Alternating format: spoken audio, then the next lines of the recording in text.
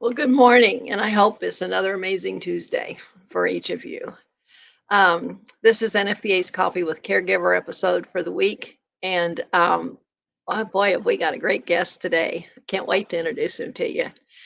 Um, when I was thinking about what am I going to say today, I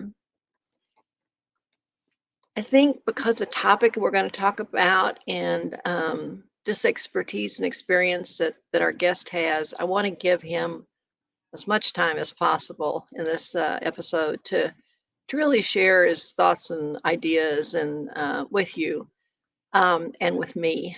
Um, so I do have a quote that I want to read that I think will play into or complement our topic. And this one's called Circumstances, and it was written by Bernard Shaw. It says, people are always blaming their circumstances for what they are. I don't believe in circumstances. The people who get on in this world are the people who get up and look for the circumstances that they want. And if they can't find them, make them. Probably apropos to a lot of what's going on in today's world, but in particular, I think it somewhat talks about our topic of today. So let me show you my cup first. And this is probably one of the oldest in my collection. It's just some of my lipstick on there that from already been sipping my coffee. And it's just got my name on it, Irene, and some beautiful flowers. Um, and this was given to me by my mother many years ago, when I became a mother for the first time. And she was trying to think of something just to do for me because the baby was getting so much attention as she should have.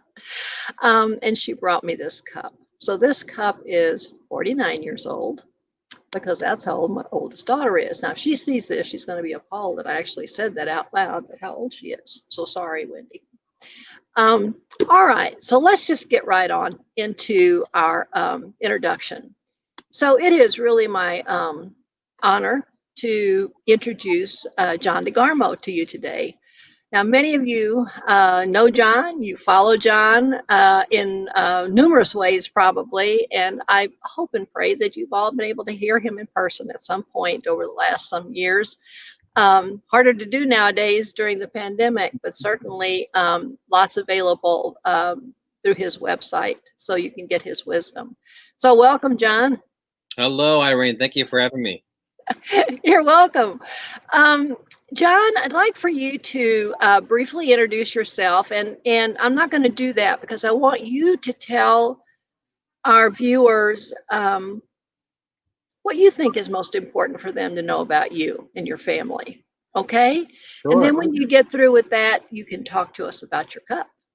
Okay. Okay, great. I'm Dr. John DeGarmo, founder and director of the Foster Care Institute. I've been a foster parent myself to over 60 plus kids, many as 11 in the house at the same time. And you've probably been there too. I never really planned on being a foster parent. Something I never considered. Something I certainly never thought I'd take a journey on. But here we are now, many years later, and I've really devoted my entire life to making the whole system better, driven each day. I wake up and think, okay, what do I need to do today to make the system better for all? Travel the world, working with agencies and human trafficking programs and foster care programs. Again, just trying to make sure that we keep children safe and families safe.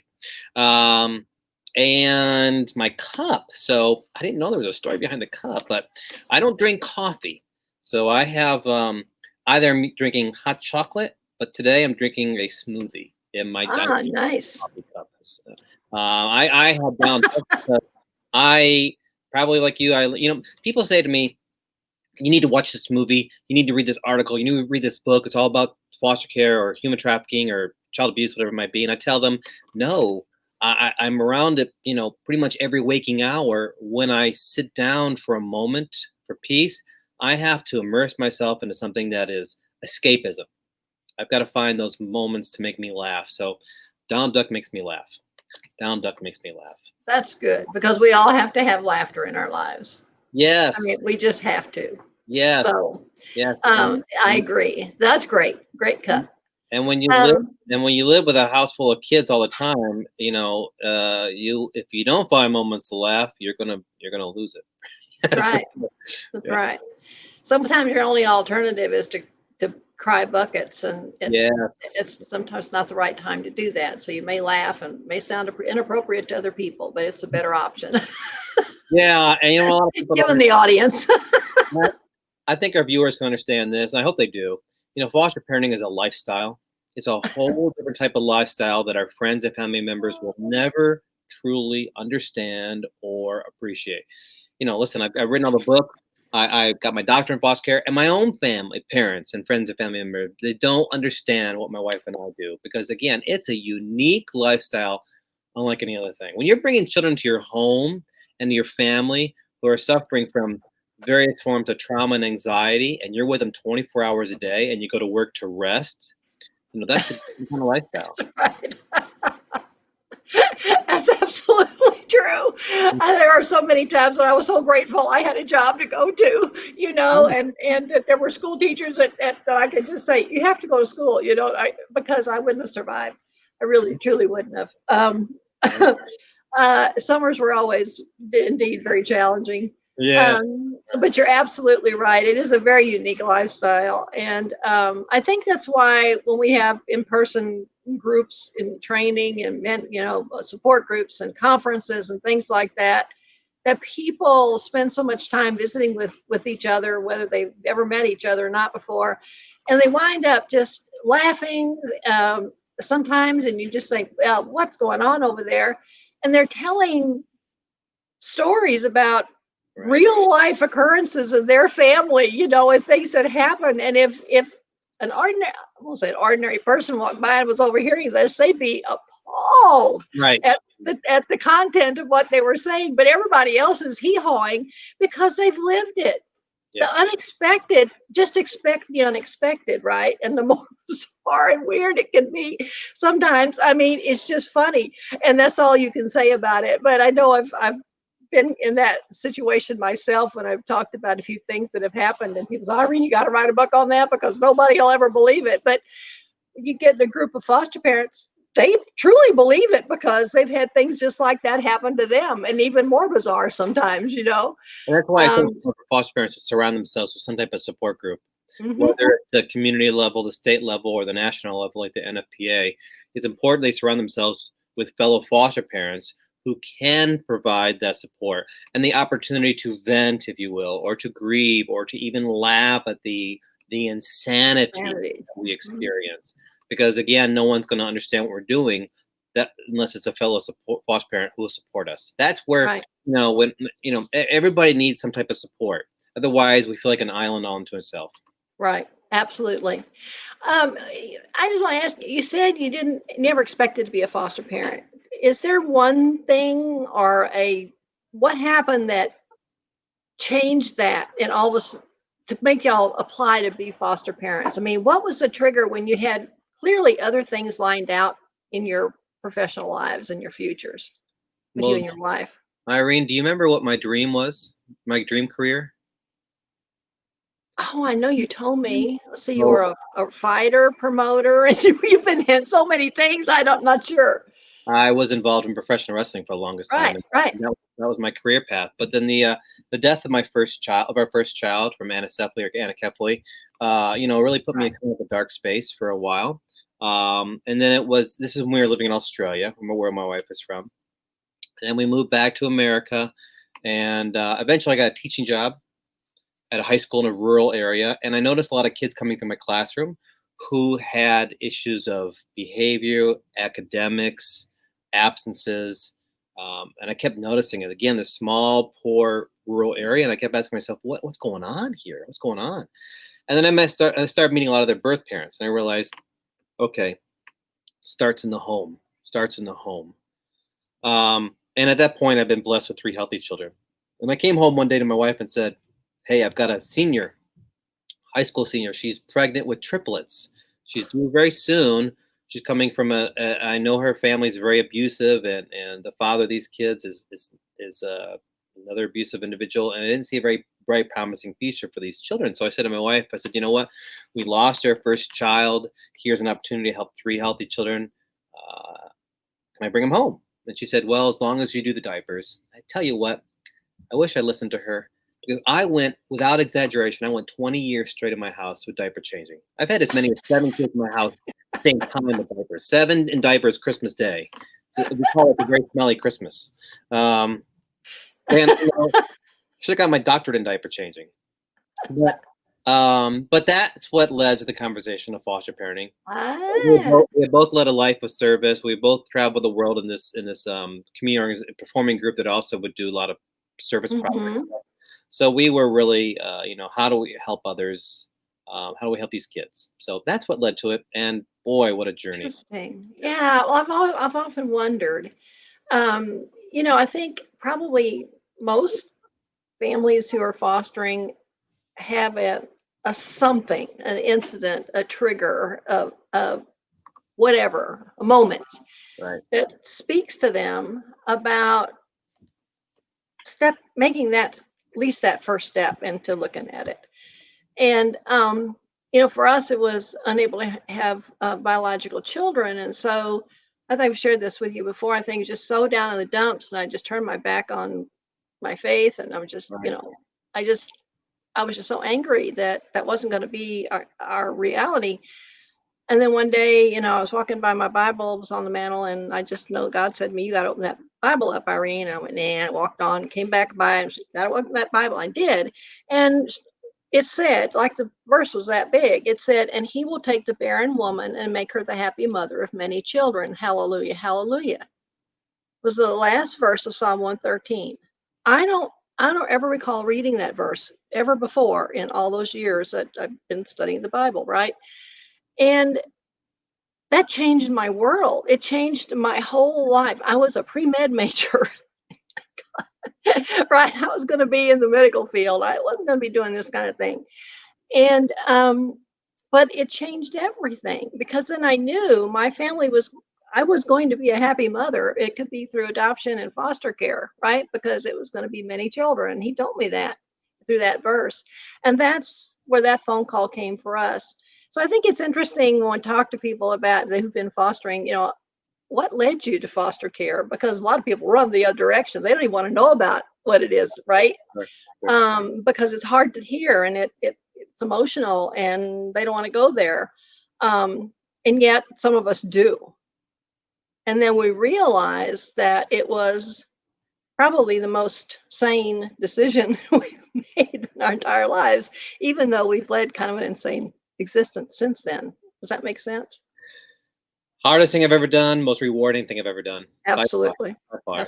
Every child's maybe a better person in some way, but there are those moments where I've thought, I can't do this anymore. I'm frustrated. Absolutely. I'm frustrated with the children leaving. I'm frustrated with them going to, the system's broken. Right. False accusations, the caseworker's not listening, whatever it might be. Yeah. Or I'm just tired. Yes. I'm just tired, exhausted, worn out, emotionally, physically, mentally. At the same time, when that phone call comes, and you hear the story, it's hard to say no. Right. Sometimes it's important to say no. Yes, which is our very topic today. Perfect segue, John. I recently saw one of your articles that you had written, or a topic that you had talked on. And the name of it, I wrote it down, it was How No Can Strengthen Your Marriage. Right. If you're foster parents, and that's your marriage or with your partner relationship or whatever. And so I thought, now I think is the time to really, let's talk about that on Coffee with Caregivers, because I know for us, it was always a gut-wrenching decision if we had to say no. I mean, we rarely did. And at one point, I was like you. I was so tired and so haggard, and I had a perm in my hair, and it was sticking like this in a family photo that we had made at church, and deep bags and dark circles under my eyes, and my husband and the children in this portrait were spit polished, shiny, beautiful, dressed to coordinate, and then there was me. And I showed that picture to our foster home development worker. We were so proud of that. I was so proud of that picture. And she looked at it and she said, "Oh, Irene, the kids and Bill just look wonderful, but you look like hell." That's what she told me. And I said, "What?" She said, "Have you looked at yourself in that picture?" I went, "Well, I don't know. I guess I've been looking at my family, my kids Right. and my husband." And she handed the picture back to me and she said, "Look at yourself." And John, I did. I was appalled that Yeah. I would let anybody take my picture looking that way. I looked like I had not had sleep in a year, Right. and I hadn't combed my hair, and I don't know if I fixed I had any makeup. I mean, I looked awful. And she said, "Irene, you have got to understand you cannot be all things to all children. Right. You just can't. You've got to learn to say no sometimes." Right. So again, your topic resonated just the title resonated so strong with me because I go back to that incident, that occasion often during my fostering career to help me put perspective on what we were doing and how we were doing it, and to look at not only my family and how was it affecting them, but to actually pay attention to me for a change. And to know that at some point, if I gave out, it all went down the tubes Right. because I was the ramrod, the leader of that family in our fostering work. And I learned a huge lesson that day. Painful, but we learned it. And I will always be grateful to that worker. Her name was Kathy. She's no longer with us. But boy, did we lose a great social worker when she passed away. So how how do we say no in regular times? And then now that we have the pandemic over us, there are so many other things to consider Right. to help us to make a decision of yes or no on a variety of things that could be being asked of us by the system. So I want you to run with this topic and kind of give us your thoughts about where we're at and what folks can do to help make those kinds of decisions. Well, thanks for asking. No is a hard word to say, and I've struggled with saying no at times as well. I think maybe I've said no maybe 3 times, and I had guilt for saying those no's, but I Hmm. also know that it was the right decision to make. When you get that phone call, whenever that phone call comes, you've got to quickly decide: is this a good fit for my family? Is my family a good fit for this child? Can I provide the resources and supplies this child needs? Because, in quite honesty, with 450,000 kids in foster care system, my family is not the best fit for every child, and I can't provide the resources for all of these children that they all need. And that child might not be a good fit for my family. So when you say yes to every single child, you sometimes are hurting your own family. There's a number of reasons why you need to say no. Maybe your spouse or you are suffering from burnout or fatigue or compassion fatigue, secondary traumatic stress. You're exhausted, you're worn out. But if you say, your spouse is feeling that way, your spouse is burned out, stress, whatever it might be, and you're not, and you keep saying yes to every single child, and you push your spouse to saying yes as well, resentment's going to build in. I hear from foster parents a lot at conventions: Dr. John, would you please talk to my wife? Tell her we can't save every child. I say, well, what's the problem? They say, well, we just lost, and I always know what the story is. We just had a baby leave our home. Okay. We just had a baby leave our home, and my wife needs another baby. She says, I tell them, you can't replace one child with the next child, and expect that grieving process you're going to have is going to go away. So sometimes we need to allow ourselves time to grieve. When a child leaves our home, You probably heard the same thing. Dr. John, I couldn't do what you do. It hurt too much to give these kids back. I tell them it's exactly how it's supposed to be. It's exactly how it's supposed to be. These Yeah. kids need stability and structure and everything else, but what they need more than anything else is unconditional love, so that when they do leave our home, it's like losing our own child. But it's a wonderful gift because we're giving the child the gift of love, the gift of love they may have never had before. So, but at the same time, we're going to be grieving. So I tell foster parents, you know what? If you or your spouse is grieving, you're heavy in grief, deep in grief, and the other person wants to foster, you need to take time off. You need to take time off to grieve properly for that child, because filling one child with another child, you're going to bury that grief, but it's going to come back up at some point and hurt everybody. So if one spouse is going through that, and the other spouse says, "No, I really, really want to foster," and the spouse who's in pain right now, they give in, it's not going to be healthy for anybody, because resentment might build in. The person who wanted to take a break, the person who needed to take a break, they might feel resentment towards a child.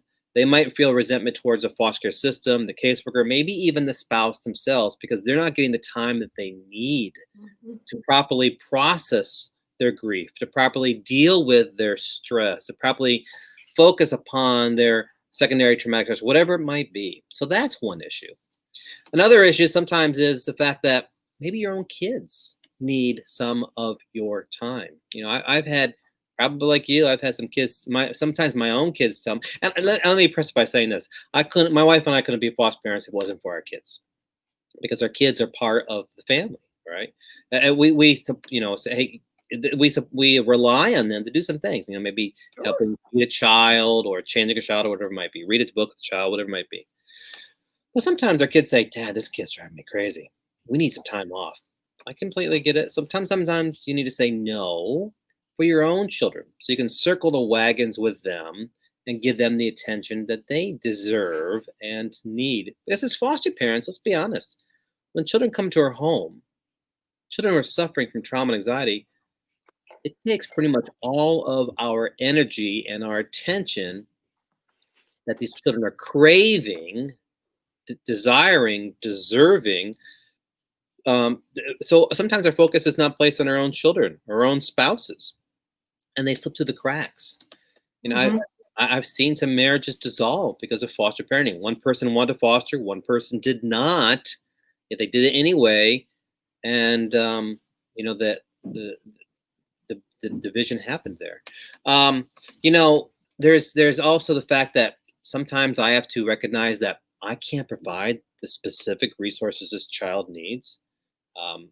We had a situation where I got a phone call for a 13-year-old girl who had 2 abortions, and my son was 13 at the time too. And I recognized this was an instant no, because my wife works a lot as a doctor of nutrition. It's her own business, and I recognized that with her at work and myself, a homeless 13-year-old girl who had been very sexually active, all she needed to say was one thing about my son or me, and all of our lives were destroyed. So I recognized, okay, this child is in a better, there'll be a better family for her. I'm placing my son and myself in danger and my family in possible potential danger if I say yes to this child. So my no not only was a better opportunity for that child, my no protected my family, protected my son, protected my marriage from potential false accusations, from potential false allegations. Right. I think it's interesting because in business, you hear about risk management, right? Mhm. What risk management policies do you have in place? What are the procedures that you have to minimize risk in your business and your interactions?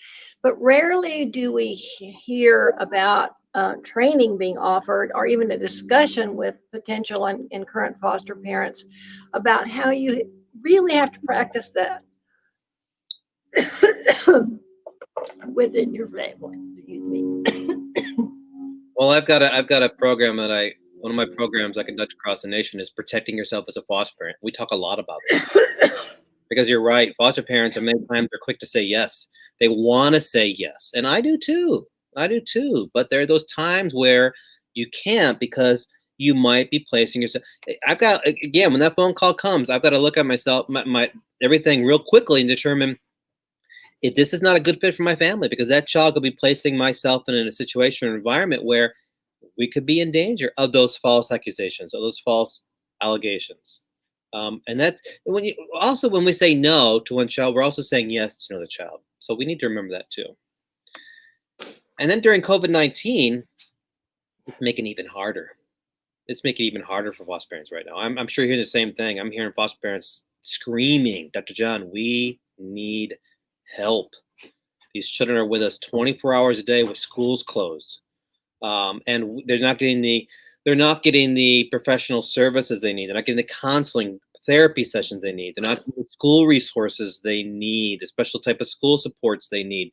Foster parents are not teachers, many of them. They don't know how to help kids with learning behaviors. Some foster parents have to go to work, and they got kids at home. The children are not getting their visitations in person. So the kids in their homes, their anxiety levels are going through the roof, and so are the foster parents, along with the fact of their own COVID-19 issues. Is my health in danger? Will I lose my job? How can I keep the food on the table? Social distancing, working home, all these issues. And then you got kids with anxieties going through the roof, pushing out all the walls, and then the phone call for another child. Sometimes you need to look at yourself and say, you know what? This is not the best time for me to bring another child. There's a season. This is not the season right now to bring another child. There's another family out there better suited for that child. Yeah, I agree. I think that there's a whole new layer of concern about adding a new person to the family for a lot of reasons. And you said most of them. I need to apologize. I have really bad allergies kick in when this storm. We've been having a big storm here. They've been bad all day, and boy, did that get me in the throat. But some of the calls that I got when the COVID started, and when they closed all the daycare centers, Right. and there were foster parents who said, "I'm an essential employee. I have to go to work, but Yeah. I have no childcare for my kids, and nobody's got an answer for that. What am I supposed to? Where am I supposed to go?" And they still don't have. And that's well, I asked, and they said, "Well, pay a neighbor or somebody." And said, "Well, I get in trouble because they're not approved in a certain way. They can't babysit my kids, and then you want me to pay for it on top of it." I mean, it was just things that an interviewer reporter called me last week and was asking about some things and how it's affecting foster parents, and I brought that up. Oh my God, I never thought about that. Well, what are they supposed to do with those kids? And I said, and even if you were able to work at home, or God forbid you lost your job, yes, you could be with the kids, but again, it's not the situation you're used to. Everybody's getting on your last nerve and their last nerves, like you said. And then how do you adjust to that? And then with the whole school issue, it's been really hard. And let's say you're homeschooling, and because you have to, and you have all these, you've got kids in elementary and kindergarten and middle school, and I know a couple of families with kids in all three levels of school, right? And so they all have different schedules. They all have time where they have to be on the computer with their teacher for certain things, and they have other websites they got to go to, and they have one computer. That was my family in March and April and May. One And how computer. are they supposed to do that with 5 kids in school? Exactly. And so we got a lot of calls like that. And we said, well, go to the school, see if the school can provide, and now a lot of schools are, for this school year, providing Chromebooks or iPads or something so kids can participate, even hotspots. But there are districts who have to have some means to do that, right? Not all school districts have that. And so these families are struggling so hard about, we can't do it because these teachers, they don't know who's scheduling what time, right? And so they're 2 or 3 are scheduling that they have to be on the computer with the classroom teacher, at a specific time on a specific days of the week. Well, so are the other ones. And the frustration level is so high out there.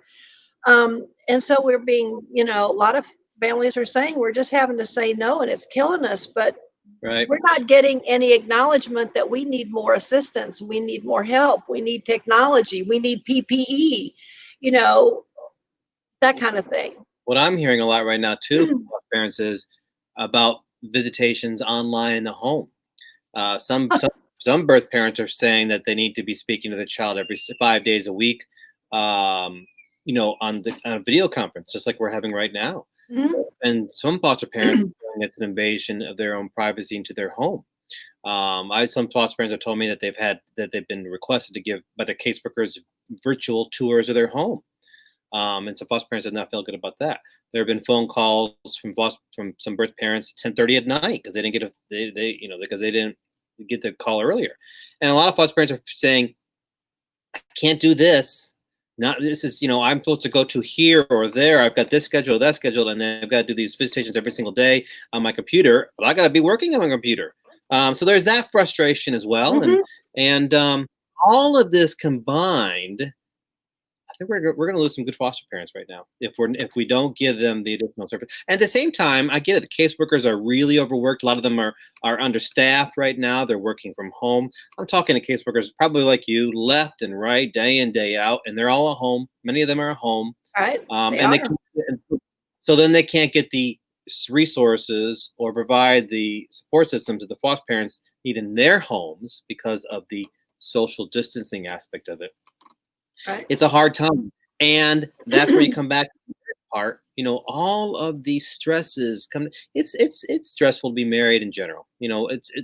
All marriages face challenges, but when you bring in all of this and add on top of that those kids who are suffering again from anxieties, anger, behavior, whatever it might be, and you're in the home with these children 24 hours a day, something is going to give at some point. Yeah. Something has to give at some point, and that's where the stress level is increasing.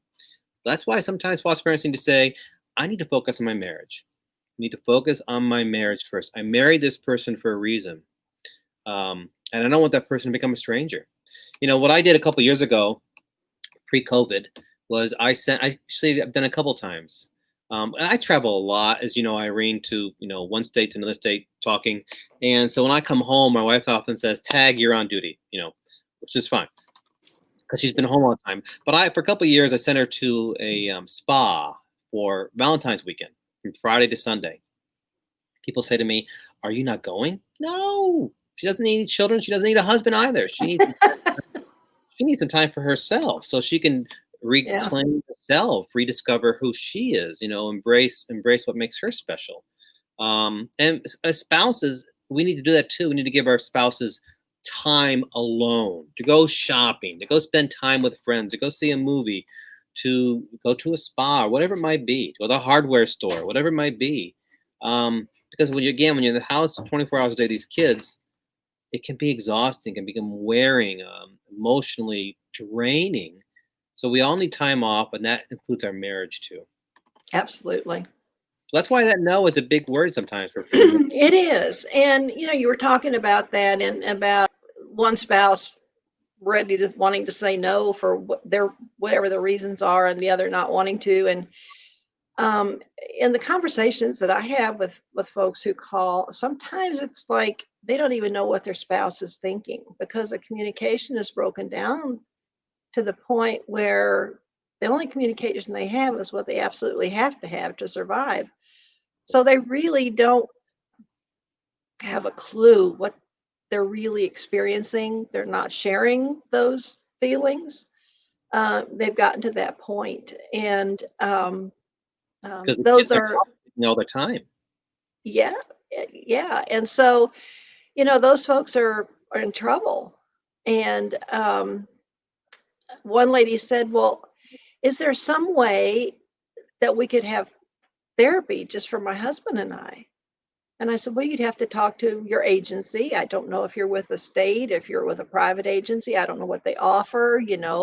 Some states have I think their foster parents can actually use the plan that state employees do and get some of that assistance, right? So many free sessions or whatever. Other states, they don't go anywhere near that, and they don't provide anything like that for anybody in the foster family. I said, so you have to find out what might be available. She called me back a few days later and said, there's nothing here. They don't even know we exist and that we have feelings too, and things get tough too. And, you know, I said, well, if you do you have insurance? We try to really talk through about options that it sounded like they really were at a point where they needed somebody to help them to Right. sort through things. And she said, but I'm so afraid to do that, because what if it means that we can't foster anymore, that we just decide that it that's breaking this family apart, and so we can't do it. And I said, well, then what you have to make those decisions about what what means the most to you. Right. And those are hard And discussions to have with foster parents, because I feel like sometimes I'm saying, yes, it's you need to seriously think about not doing this at this point. sure. And that sounds like I'm not wanting people to foster, but I don't want anybody's family to break up because of it, because then Right. nobody's healthy. And I can guarantee you, if you've got a family functioning like that, it's becoming chaotic. The kids are picking up on all of it. The kids that Sure. are there because of foster care, it's reminding them of what life was like prior to coming to that family. They're getting nervous. They're seeing the writing on the wall. You're not doing anybody any good. And it's And okay. And it's okay to take a break too. You know what? When absolutely. we had a particular case, it was a topic of my TED talk, and when she left her home right before Christmas, our whole family was traumatized, to be sure. And so we took several months off to for each of us to grieve and to heal in our own way, including our children. And that's important. We have to allow ourselves time to heal from the grief that we're suffering, or from heal from sometimes the battle scars Hmm. from the may have placed us through. And again, to recircle those wagons and come back together as a family. And if that takes a few months or a year, that's okay. Because if you don't care for yourself and you don't care for your marriage, you can't care for these children. You can't care for Well, these you children. can't. And if you're not experiencing well-being yourself, within yourself and your family, how are you going to help kids experience well-being? And that's basically the bottom line. Right. Safety and all, and health and all that is important, but it all rolls into the bigger picture of well-being and what the future can be like for somebody who's experiencing and understands well-being. You can't give it if you don't have it. Right. If And your mental health so, is at risk, if your mental health is at risk, yes, how can you help children whose mental health is at risk as well? absolutely. That's exactly the point. So, And many don't recognize that. They quickly say yes. I've got to say yes. If not me, yeah. But I feel the same way. But it is essential to recognize there are going to be times when you have to say no, so you can say yes later on. absolutely, absolutely. Well, John, I think our time is up. I just looked at my watch and it went by way too fast, for sure. So I see you being a guest again in the future. Yes, please. Good. Okay, that's good. So want to wrap up a little bit, and we've kind of been there as our cartoon for today, and I just think this is awesome. It's a quarantine classroom, so I think this is actually probably the teacher. But look at what she's seeing from her students at home. A cat's behind right there on the first one. I mean, you see all this stuff going on, and they're supposed to be listening to the teacher. But the teacher's shirt, what it says on it, was what made me really choose this one. And it says surviving, not thriving. Yes. Right. Wow. Right. Right. Right. Right. Because in the other world we lived in, we'd be saying thriving, not just surviving. But no, I mean, wow, what this says is pretty profound in a funny way, because of the pictures that this person is seeing of what's really happening behind the screen at each of these kids' homes. But I thought that was a good one to select for today about surviving, not thriving in our topic. Because I think we have some families out there that probably fit that Yeah, prior to the pandemic and certainly now during the pandemic. without a doubt. There's some of them are just surviving by their fingernails right now. Mhm. Absolutely. Absolutely. Well, any final words of wisdom you want to share before we close our session today? Well, I'm gonna go back to what I said earlier, and that is for foster parents, particularly right now, you have to surround yourself with other foster parents. You've got to join some sort of support group because if you are surviving and just barely doing it right now, if you don't get some type of support, you will not be able to continue on. And I'm going to reiterate what I said earlier.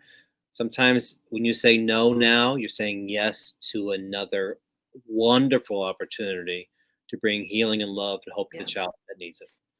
Absolutely. I agree. Take that break if you need to, Yep. and then You come have back. you have our permission, both of our opinion, you got Irene's and my permission to say no. Okay? Yeah, we took a break at one point too. Well, it was about 2 months, I think, and we had a child pass away, Yep.